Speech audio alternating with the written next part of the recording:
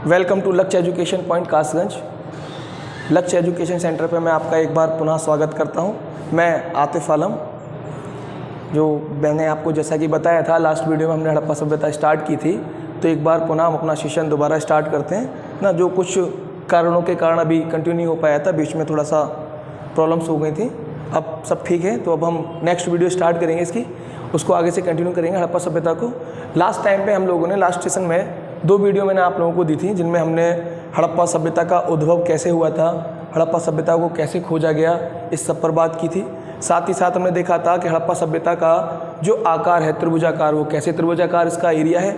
और साथ में हमने हड़प्पा सभ्यता के नामकरण पर बात की थी कि कैसे इस हड़प्पा सभ्यता को कभी हड़प्पा सभ्यता कहा जाता है, कभी सिंधु घाटी की सभ्यता कहा जाता है, और कभी इसी को हम देखते हैं कांस्ययुगीन सभ्यता के नाम से जाना जाता है, कभी सिंधु सरस्वती सभ्यता के नाम से जाना जाता है, और कभी इसको सिंधु सरस्वती सभ्यता के नाम से जानते हैं, कभी कभी इसको सप्त सेंधव प्रदेश भी कहते हैं। तो इस सब पर हमने बात कर ली थी।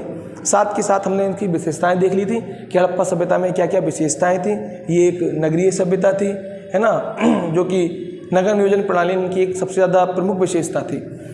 उसके बाद आज हम देखेंगे कि ये हड़प्पा सभ्यता जो है ये कहाँ कहाँ फैली हुई थी, इसका विस्तार कहाँ कहाँ था। तो आज जो हम पढ़ने जा रहे हैं, आज अपने उसी पॉइंट को आगे बढ़ाएंगे, जिसे हम देखेंगे हड़प्पा सभ्यता का विस्तार।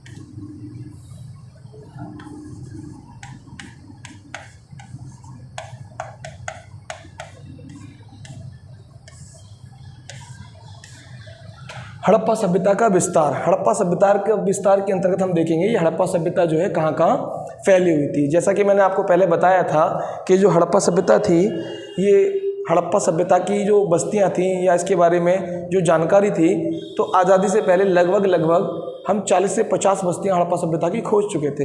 लेकिन आज वर्तमान में लगभग हड़प्पा सभ्यता से संबंधित लगभग 1400-1500 बस्तियाँ क्या है, खोजी जा चुकी हैं, है ना। तो हम देखेंगे वो कौन कौन सी बस्तियाँ कहाँ पर मिली हैं। जैसे हड़प्पा सभ्यता का हम विस्तार देखें तो हड़प्पा सभ्यता का विस्तार 3 देशों से मिलता है। कितने देशों से? 3 देशों से।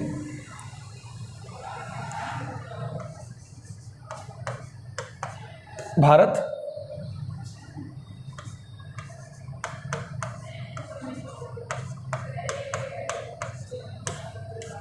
पाकिस्तान और अफगानिस्तान।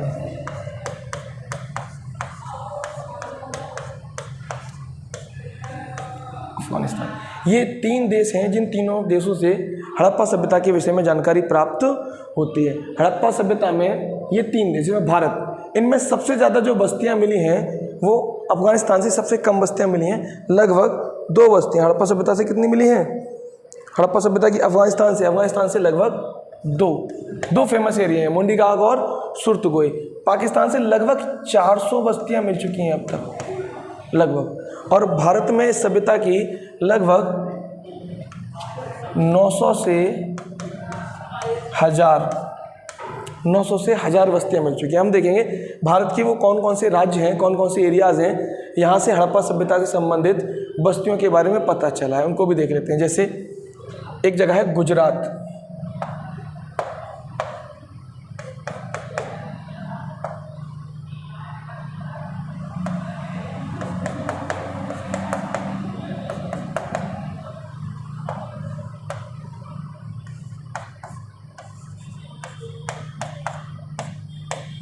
गुजरात एक जगह है। गुजरात के बाद अगर हम देखें तो हरियाणा, बहुत ज़्यादा फेमस एरिया है हरियाणा। हरियाणा से अगर हम आगे बढ़ते हैं तो हरियाणा के बाद पंजाब, कौन सा क्षेत्र है? पंजाब।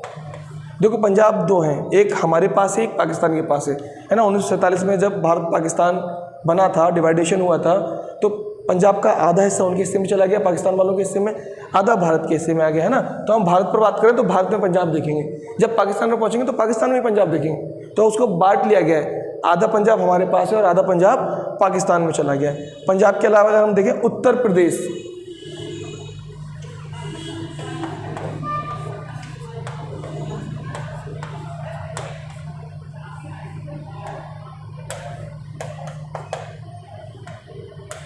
उत्तर प्रदेश की बात अगर हम देखें, राजस्थान कौन सा एरिया है,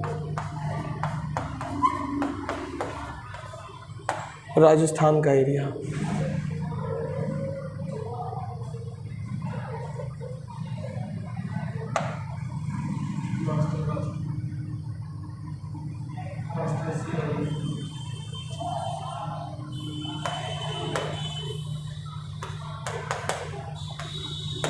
राजस्थान के बाद हम देखें महाराष्ट्र,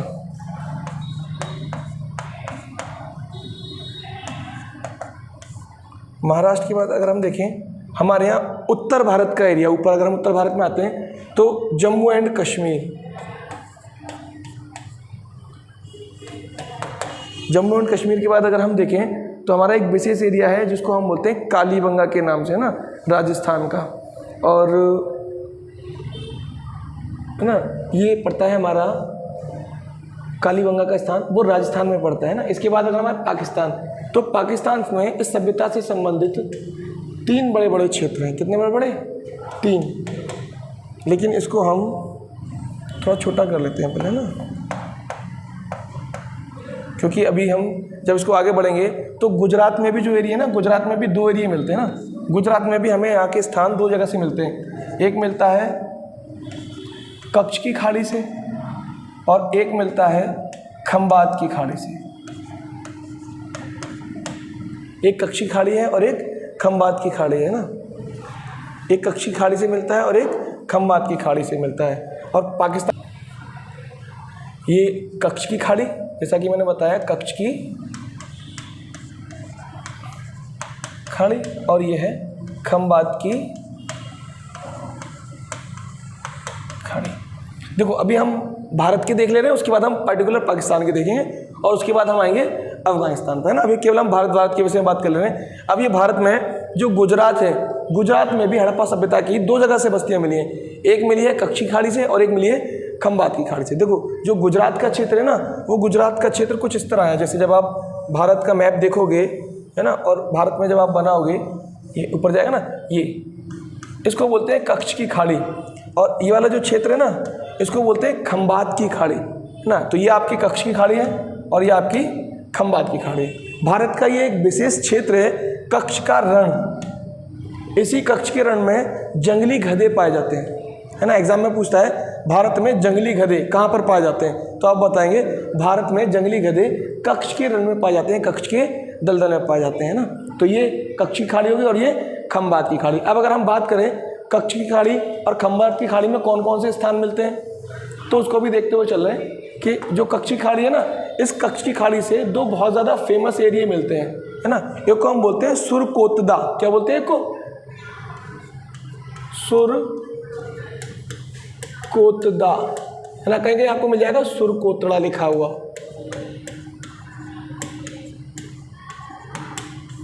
एक बहुत ज़्यादा फेमस एरिया है धोलावीरा,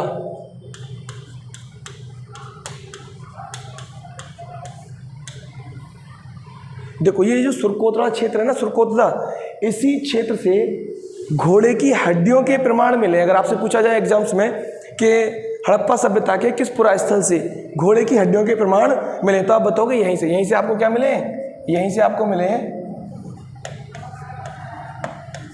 घोड़े की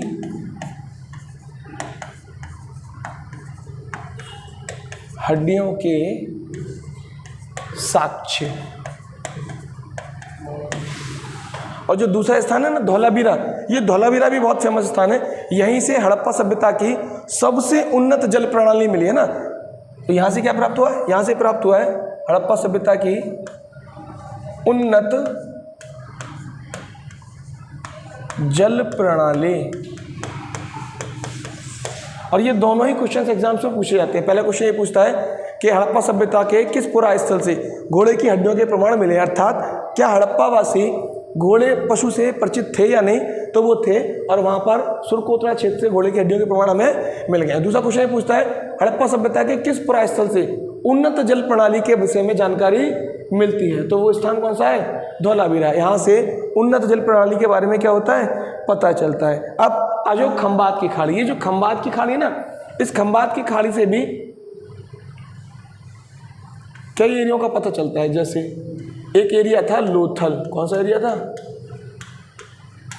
लोथल। एक एरिया था रंगपुर, और मैंने आपको थ्योरी में बताया भी था लेक्चर में, जब मैं आपको पढ़ा रहा था, बता रहा था कि हड़प्पा सभ्यता की क्या क्या विशेषताएं, तब मैंने आपको बताया भी था हड़प्पा सभ्यता के दो पुरा स्थल लोथल और रंगपुर, इन दोनों से ही हस्क ऑफ पैडी प्राप्त हुई है, धान की भूसी के प्रमाण। ये दोनों ही वो जगह हैं यहाँ से क्या मिली है, धान की भूसी, जिससे पता चलता है कि हड़प्पा वासी चावल की भी खेती किया करते थे, है ना। यहीं से मिली है धान की भूसी, और यहीं से पता चला है कि यहाँ से धान की भूसी के प्रमाण प्राप्त हो गए। एक जगह थी प्रभास पाटन, यहीं पर क्या थी एक जगह, प्रभास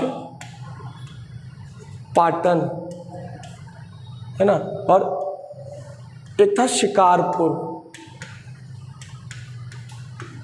पर ये दोनों बहुत ज़्यादा इंपॉर्टेंट है, यहाँ से एग्जाम्स में मोस्टली क्वेश्चन रहता है, हड़प्पा सभ्यता के किस पुरास्थल से धान की भूसी के प्रमाण मिले हैं। तो ये हो गई हड़प्पा की भारत में गुजरात वाले एरिया की बात, है ना। हड़प्पा सभ्यता का भारत में जो गुजरात वाला प्रांत है, वहाँ से कच्छ की खाड़ी और खंबात की खाड़ी दोनों जगह से बस्तियाँ मिली हैं। कच्छ की खाड़ी से सुरकोतरा और धौलावीरा क्षेत्र मिला है, जो कि घोड़े की हड्डियों के प्रमाणों के लिए जाना जाता है और उन्नत जल प्रणाली के लिए जाना जाता है। खंबात की खाड़ी से लोथल और रंगपुर, जो कि मैंने आपको बताया, यहाँ से धान की भूसी के प्रमाण मिले, जिससे ये पता चलता है कि हड़प्पावासी कभी कभी धान की भूसी से यानी चावल की भी खेती कर लिया करते थे, अर्थात वो लोग चावल से परिचित थे, चावल से अनजान नहीं थे। इसके बाद नेक्स्ट हम आते हैं हरियाणा।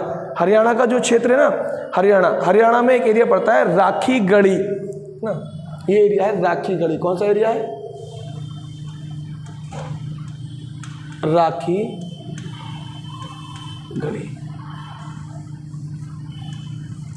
ये राखीगढ़ी वर्तमान में अगर हम देखें तो ये वर्तमान में हड़प्पा सभ्यता के सभी पुरास्थलों में सबसे बड़ा क्षेत्र है। नया डाटा, वर्तमान का डाटा, अगर लेटेस्ट हम देखें 2022 में, तो पुष्टि हुई है कि राखीगढ़ी सबसे बड़ा क्षेत्र है। हालांकि जब हम पहले पढ़ते हैं तो हम पहले देखते थे कि हड़प्पा सभ्यता के पुरास्थलों में सबसे बड़ा जो क्षेत्र है, जो स्थल है, उसको बोलते थे मोहनजोदड़ो, है ना। आगे हम मोहनजोदड़ो की भी बात करेंगे, अभी मोहनजोदड़ो भी आएगा पाकिस्तान वाले क्षेत्र में। जब हम पाकिस्तान के बारे में बताएंगे तब मोहनजोदड़ो के विषय में बताएंगे। लेकिन वर्तमान में जो ये राखीगढ़ी है, ये वो क्षेत्र है जो सबसे बड़ा है, यानी हड़प्पा सभ्यता का सबसे बड़ा क्षेत्र राखीगढ़ी। और राखीगढ़ी जो था ना, किस चीज़ के लिए फेमस था राखीगढ़ी, बताइए किस चीज़ के लिए फेमस था राखीगढ़ी। तो राखीगढ़ी ये अब वर्तमान में सबसे बड़ा स्थल है राखीगढ़ी। पहले राखीगढ़ी नहीं था, पहले मोहनजोदड़ो था। ये राखीगढ़ी जो है हरियाणा में, और हरियाणा में इसकी जो खोज की थी ना राखीगढ़ी की, इसकी खोज की थी सूरजभान महोदय ने। सूरजभान महोदय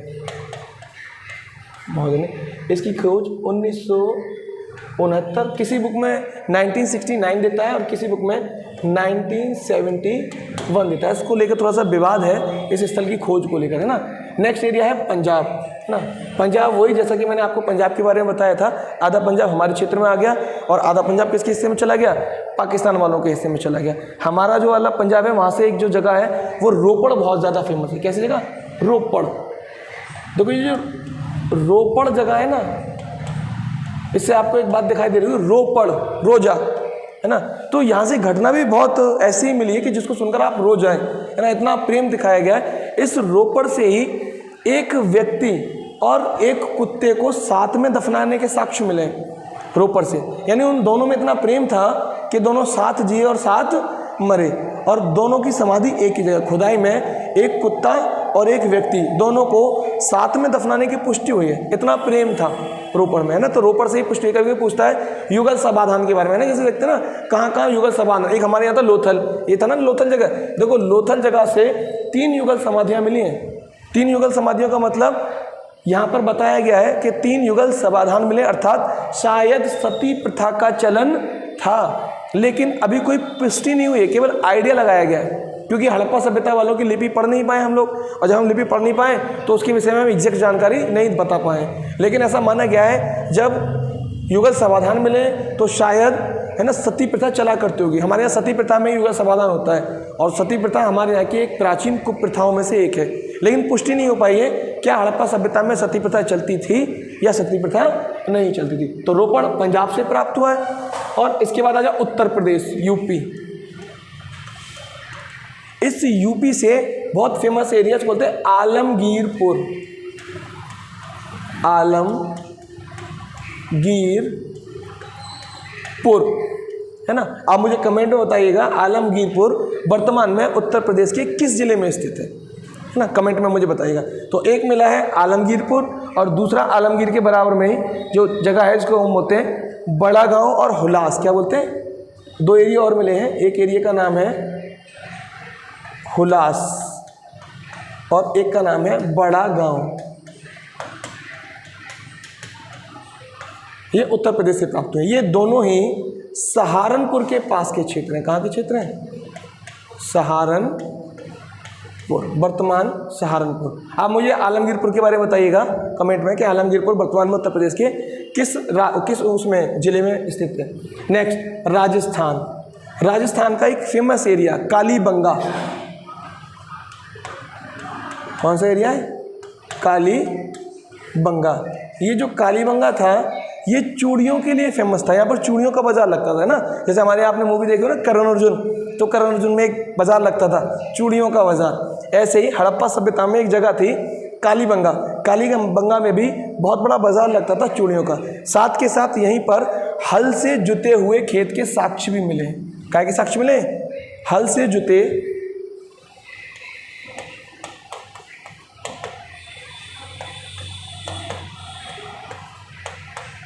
खेत के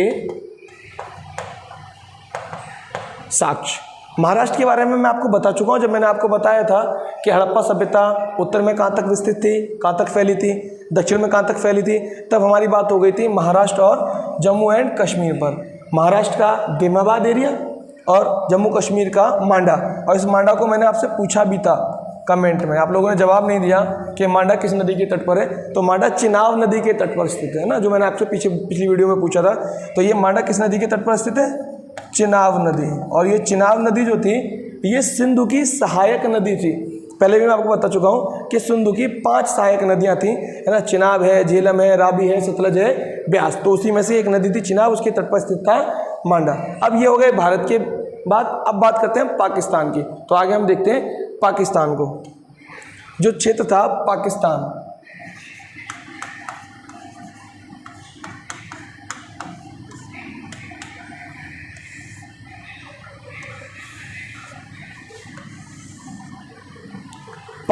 पाकिस्तान के 3 बड़े बड़े प्रांत, है ना। इसको बोलते हैं, एक को बलूचिस्तान प्रांत। क्या बोलते हैं? बलूचिस्तान प्रांत। एक को बोलते हैं सिंध प्रांत।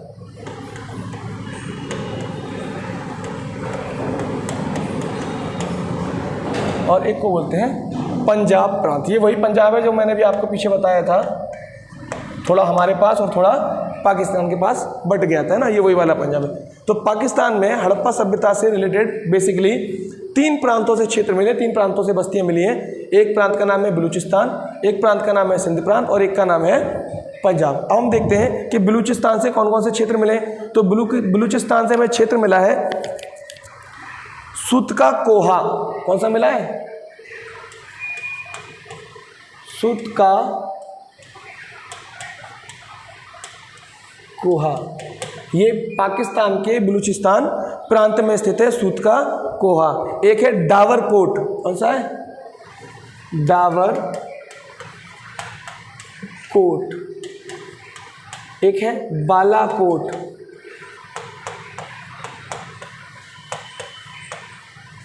ये सारे एरिए बलूचिस्तान प्रांत से मिले हैं ना। बालाकोट है, डावरकोट है, सूतका कोहा है, और एक सबसे खास एरिया जो मैंने आपको बताया था ना, जब हड़प्पा सभ्यता का आकार बताया था, उसमें बताया था सूतका गेंडोर। कौन सा था? सूतका गेंडोर, जो हड़प्पा सभ्यता की पश्चिम सीमा सूतका गेंडोर तक फैलती है। सूतका गेंडोर। इसके अतिरिक्त आ जाओ सिंध प्रांत में। ये सिंध प्रांत बहुत ज़्यादा इंपॉर्टेंट प्रांत है। बेसिकली सबसे बड़े एरिया की अगर बात करी जाए तो ये सिंध प्रांत में ही था पहले। अभी तो राखीगढ़ी में आ गया, मैंने बताया भारत में। पहले हमारे यहाँ जो सबसे पहला स्थल खोजा गया था वो भी यहीं पे खोजा गया था। हड़प्पा सभ्यता के विषय में जो जानकारी थी चार्ल्स मेसन ने, और खुदाई शुरू हुई 1921 में। तो 1921 में जो सबसे पहली बस्ती मिली थी वो सिंध प्रांत से ही मिली थी। उस बस्ती का नाम था हड़प्पा। क्या नाम था? हड़प्पा। और इसी हड़प्पा स्थान के नाम पर इस पूरी सभ्यता का क्या रख दिया गया था? नाम रख दिया गया था। और मैंने आपको लास्ट में बताया था कि ये हड़प्पा जो था इसकी खोज जॉन मार्शल के नेतृत्व में राय बहादुर दयाराम साहनी ने की थी 1921 में। और हड़प्पा जो था ये एक बहुत बड़ा एरिया माना जाता है। और बड़ा एरिया में बेसिकली इसमें एक वो पाया जाता था, अन्नागार। क्या पाया जाता था? विशाल अन्नागार। अन्नागार आप जानते हैं, पहले जो नाज वगैरह हुआ करता था उसको कूटने का चबूतरा, तो एक बहुत बड़ा चबूतरा पाया गया है जिसको नाम दिया गया है अन्नागार के नाम से। वो बेसिकली कहाँ पर मिला है? हड़प्पा में मिला है। हड़प्पा के अलावा अगर हम देखें सिंध प्रांत में जो दूसरा क्षेत्र मिलता है उसको बोलते हैं मोहनजोदड़ो, है ना? मोहनजोदड़ो।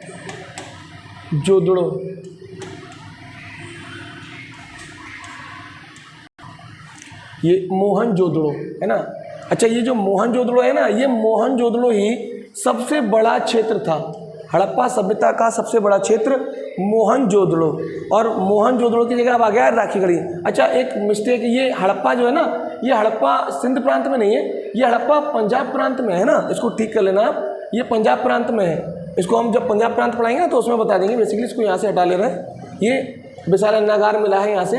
ये हड़प्पा जो जगह है ना ये पंजाब में है। इसको हम यहाँ लिख देते हैं।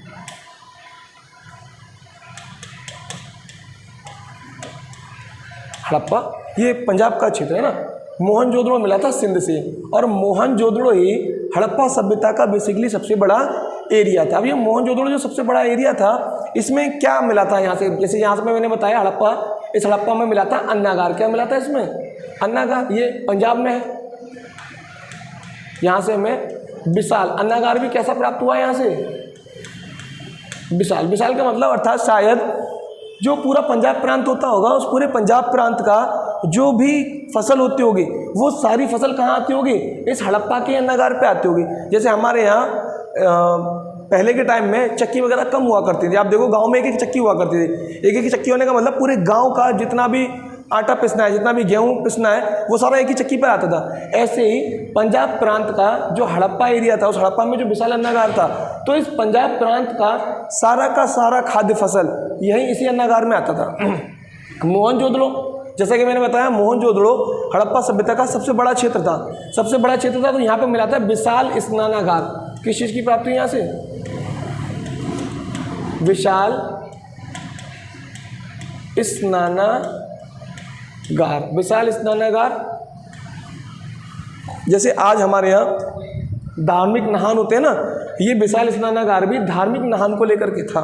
यानी मोहनजोदड़ो में जितने भी नहान वगैरह होते थे, धार्मिक नहान, है ना। एक तो वो होता है स्विमिंग पूल, तो ये स्विमिंग पूल नहीं है, आप इसको स्विमिंग पूल सोच करके चलो।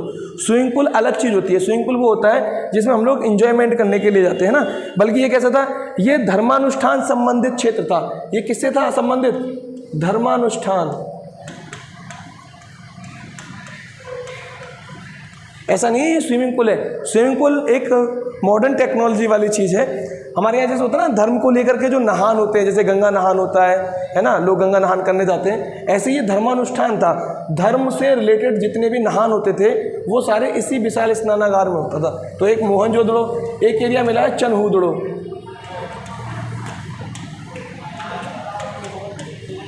एक एरिया मिला है जुदेरजोदड़ो।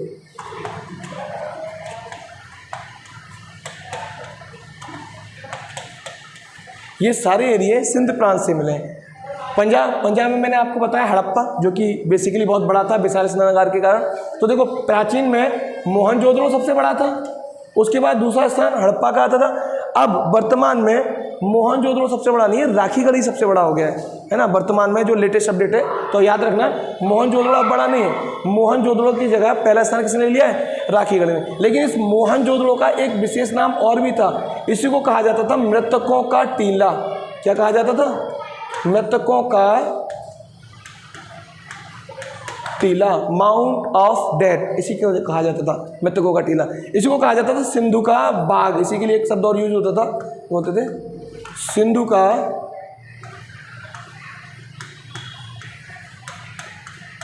बाग। पंजाब में हड़प्पा के अलावा रहमानगढ़ी एक था, पंजाब में रहमानगढ़ी एक था, जलीलपुर।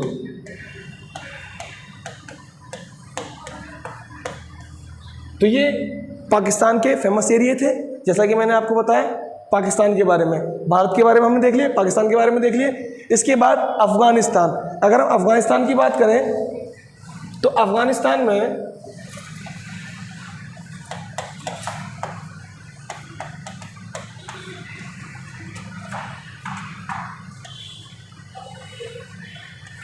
केवल 2 क्षेत्र है ना, केवल 2 ही क्षेत्र पूछता है मोस्टली। एक है मुंडी गाग, क्या नाम है, मुंडी गाग, और एक है सुरतगुई। ये 2 एरिया फेमस थे। तो ये हड़प्पा सभ्यता का विस्तार आज हमने जैसे कि देख लिया, विशेषताएं हो गई, इनका नामकरण हो गया, इसका उद्भव हो गया, और आज इसका हमने क्या देख लिया, विस्तार। अब ये जो इतनी बड़ी सभ्यता थी, इतने बड़े एरिया में फैली हुई थी, कितना बड़ा एरिया था इसका। अगर हम प्राचीन की बात करें, मैंने अभी आपको प्राचीन डाटा दिया, बताया आपको कि प्राचीन में मोहनजोदड़ो सबसे बड़ा था और वर्तमान में राखीगढ़ी सबसे बड़ा है। ऐसे अगर पहले हम इसका देखें, इसका एरिया तो त्रिभुजाकार था, लेकिन इसका एरिया लगभग 12,99,000 वर्ग किलोमीटर माना गया। फिर आगे चलकर अपडेट आया तो इसको कहा गया कि ये 13,99,000 वर्ग किलोमीटर में, वर्तमान में ये 20 लाख वर्ग किलोमीटर में फैली हुई है। कितने वर्ग किलोमीटर में, 20 लाख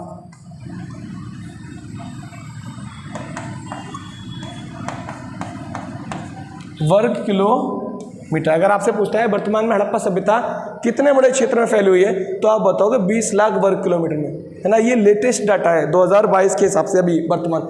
अब ये इतना बड़ा जो क्षेत्र था, 20 लाख वर्ग किलोमीटर में फैली हुई सभ्यता थी, इतनी बड़ी सभ्यता अचानक तो विलुप्त होगी नहीं, अचानक तो पतन होगा नहीं इसका। तो इसका पतन के बहुत कारण माने गए, तो हम उसको भी देखते हुए चलते हैं साथ के साथ कि इतनी बड़ी सभ्यता का पतन अचानक कैसे हो गया, है ना। देखो हमेशा हर एक चीज़ में चढ़ाव उतार आते हैं, चीज़ ऊपर जाते हैं, लोग ऊपर जाते हैं, एक टाइम वो आता है नीचे आ जाते हैं ना। जीवन है इसका नाम, जीवन में भी चढ़ाव उतार आते रहते हैं। ऐसे ही इन लोगों के जीवन में भी चढ़ाव उतार आए और उसी चढ़ाव उतार में इनका क्या हो गया, पतन हो गया। तो देख लेते हैं हड़प्पा सभ्यता का पतन। तो नेक्स्ट हम डालेंगे हेडिंग हड़प्पा सभ्यता का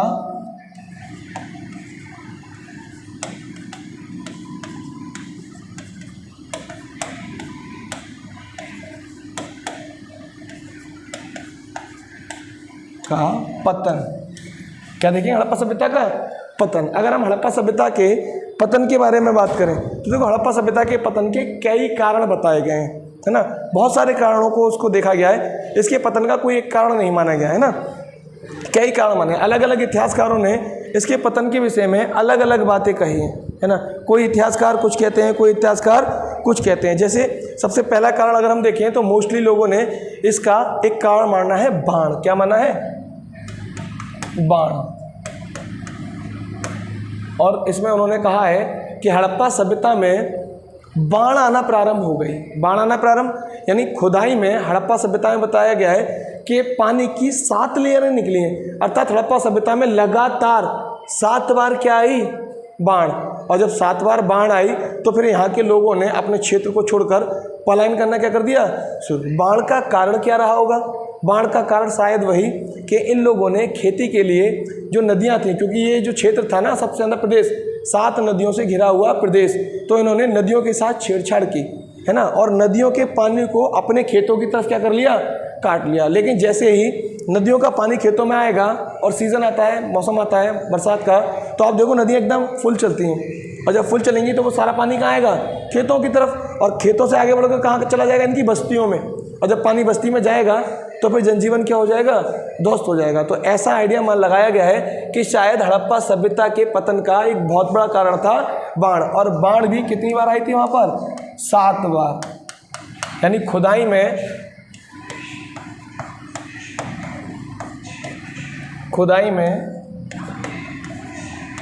जल के 7 स्तर मिले हैं, एक बार, फिर मिट्टी, फिर पानी, ऐसे करके 7 लेयरें मिली हैं, है ना। दूसरा कारण इसका माना गया है हड़प्पा सभ्यता का कि बताया गया है जलवायु परिवर्तन। हड़प्पा सभ्यता इसलिए खत्म हो गई क्योंकि जलवायु परिवर्तन हुआ। क्या हुआ, जलवायु परिवर्तन।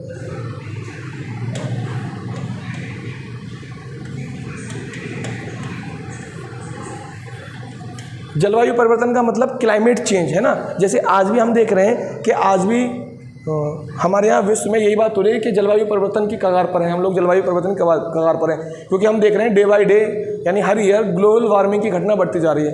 ये ग्लोबल वार्मिंग की घटना का बढ़ना यानी CO2 का बढ़ना, है ना। कभी कभी आपसे सिंपल एग्जाम में पूछ लेगा, सिंपल वे में, जनरली एग्जाम्स में, कि ग्लोबल वार्मिंग किस कारण से बढ़ती है, तो ग्लोबल वार्मिंग के लिए CO2 गैस रिस्पॉन्सिबल है, याद रखना ना। तो अब हमारे यहाँ एटमॉस्फेयर में CO2 बढ़ती जा रही है, और जब ये CO2 बढ़ती चली जाएगी तो फिर हमारे यहाँ भी जलवायु परिवर्तन होगा, और जब जलवायु परिवर्तन होगा तो फिर हमारा जो कल्चर है, हमारी जो सभ्यता है, इसका भी क्या होगा, पतन। तो एक कारण यही बताया गया है कि जलवायु परिवर्तन हुआ, और जलवायु परिवर्तन के कारण हड़प्पा सभ्यता का क्या हो गया, पतन। हड़प्पा का पतन, हड़प्पा सभ्यता क्या हो गई, समाप्त हो गई। इसके अलावा कुछ लोगों ने इसका कारण माना है कि विदेशी लोगों का आक्रमण। क्या माना है,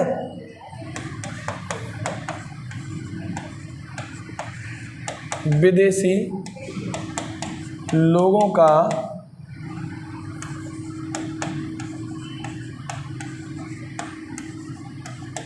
आक्रमण माना है कि भारत पर विदेशी लोगों का, यानी हड़प्पा सभ्यता का जो बस्तियां थीं, इन बस्तियों पर दूसरे लोगों का आना शुरू हो गया और उस पर विदेशी आक्रमण होने लगा। मैंने आपको बताया हड़प्पा सभ्यता के लोग बहुत ज़्यादा शांति प्रिय थे।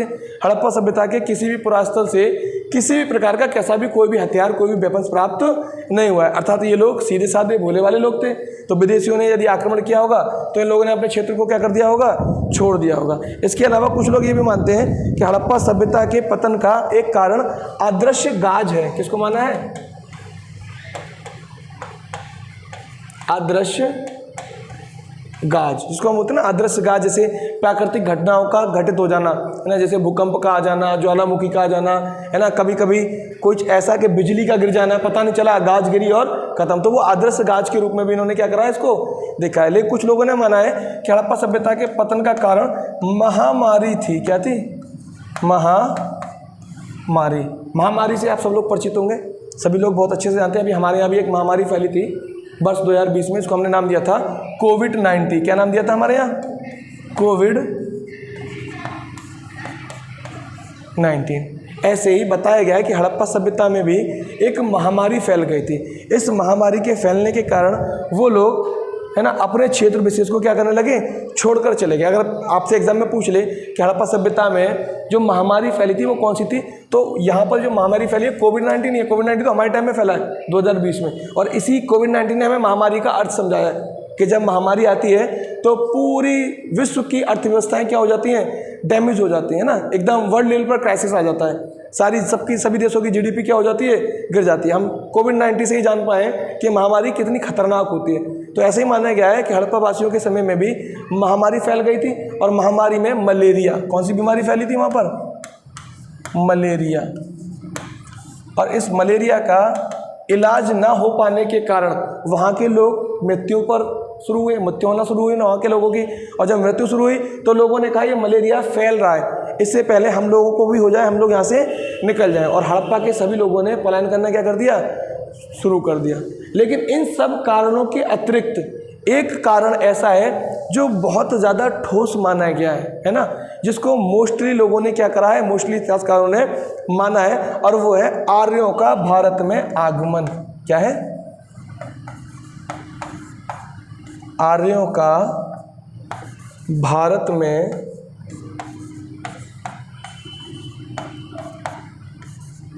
आगमन, यानी भारत में आर्य लोगों ने आना शुरू कर दिया, है ना। और आर्य लोगों ने जब भारत में आगमन शुरू किया तो हड़प्पा वासियों ने पलायन करना क्या करा, शुरू। अब ये आर्य लोग कौन थे, क्यों भारत में आए, कैसे आए, यही हमारा नेक्स्ट टॉपिक रहेगा। भारत में आर्यों का आगमन, यही हमारा क्या रहेगा, अगला नेक्स्ट टॉपिक रहेगा। और ये आर्य जैसी भारत में आएंगे वैसे हम देखेंगे कि आर्यों के भारत में आगमन के साथ ही एक नई सभ्यता जन्म लेगी। अभी तक चली थी हड़प्पा सभ्यता, अब हड़प्पा सभ्यता खत्म हो जाएगी और एक नई सभ्यता यहाँ पर क्या ले लेगी, जन्म ले लेगी। और उस सभ्यता को हम पुकारते हैं वैदिक सभ्यता के नाम से। किसके नाम से जानते हैं, वैदिक सभ्यता। तो यहीं से आपका दूसरा टॉपिक स्टार्ट होगा, वैदिक सभ्यता। लेकिन वैदिक सभ्यता को कराने से पहले मैं आप लोगों को क्विज लगवाऊंगा। हड़प्पा सभ्यता जो हमने पढ़ी है 3 वीडियो में, कैसे कैसे क्वेश्चन बनते हैं, कौन कौन सी परीक्षाओं में क्वेश्चन आए हैं या कौन कौन से क्वेश्चंस के आने वाली परीक्षाओं में संभावना है आने की, उस सब को लेकर मैं बहुत जल्द एक क्विज लेकर आऊँगा और आप सभी को क्विज लगवाऊंगा, जिसमें सारे के सारे इंपॉर्टेंट क्वेश्चन होंगे। सारे ऐसे क्वेश्चंस जो या तो किसी पिछले एग्जाम्स में आ चुके हैं या आगामी परीक्षाओं में जिनके आने की क्या है, बहुत ज़्यादा संभावना है। अगर आपको वीडियो पसंद आया हो, अच्छा लगा हो तो लाइक करें, शेयर करें। बाकी मिलते हैं नेक्स्ट वीडियो में।